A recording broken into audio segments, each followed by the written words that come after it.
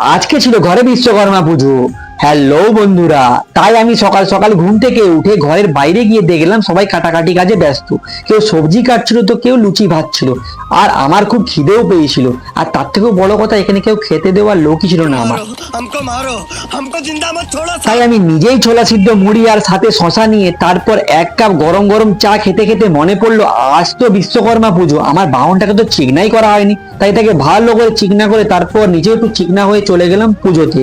পুজো দেখতে দেখতে আরতি হয়ে শেষে পুষ্পাঞ্জলি দিতে দিতে এই দাদা হাত জোড় করে ভগবানকে নয় ক্যামেরাম্যানকে বলছিল আমায় একটা বাহন খুঁচাই দে। তারপর আমার চোখে জল চলে আসছিল, না এইরকম কেউ করে নাকি। আর এতগুলো বাহন দেখে ঘরের বাইরে কোনটা ছেড়ে কোনটা নেব আমি বুঝতেই পারছিলাম না। তারপর দুপুর হয়ে গেছিল, বসে পড়েছিলাম খেতে। আমার খাবার প্লেটে ছিল খিচুড়ি, বাঁধাকপির তরকারি আর একটা সবজি। আমি তখন খেতে থাকি, তোমরা তখন ভিডিওটি লাইক করে